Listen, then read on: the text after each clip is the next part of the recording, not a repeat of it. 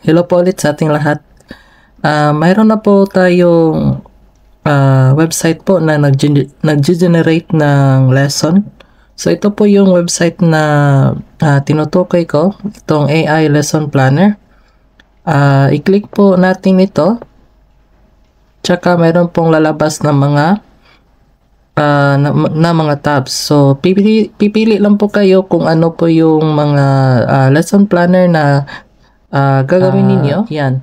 Meron po tayong DLL, meron po tayong DLL, meron po tayong planner, meron din tayong planner, meron din tayong lesson planner, weekly lesson planner, iba. Tsaka marami po tayo ng isa dito. Pili po tayo ng isa dito. Yung matatag 4-day lesson planner. I-click mo lang yan. Tsaka meron po tayong lalabas na. Meron po tayong lalabas na new tab. So ating tab dito. Yan. Ilagay po natin yung password. Ilagay po natin yung password. Tsaka ito na po yung lalabas po, kung mayroon na po tayong nilagay ko dito ay mathematics. So yung nilagay ko dito ay mathematics. Ang grade level is grade 4. Ang grade level is grade 4.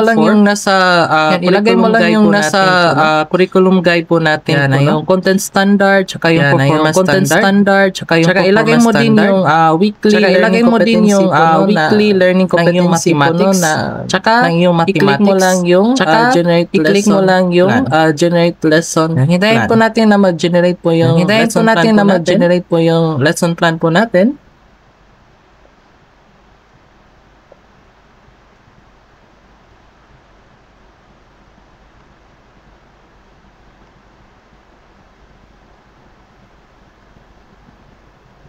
At ito na po yung ating yung maganda po nito po no, yung maganda po pwede po natin ito siya ma-download, Docs po or Microsoft.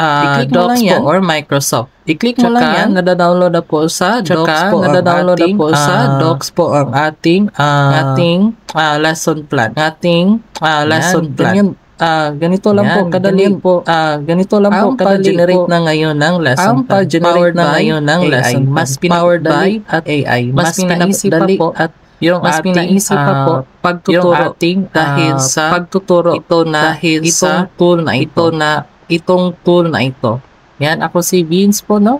Yan, ako si Vince po, no? Teacher at pwede po kayo mag-follow at ilagay ko po yung follow at ilagay ko po yung website ng website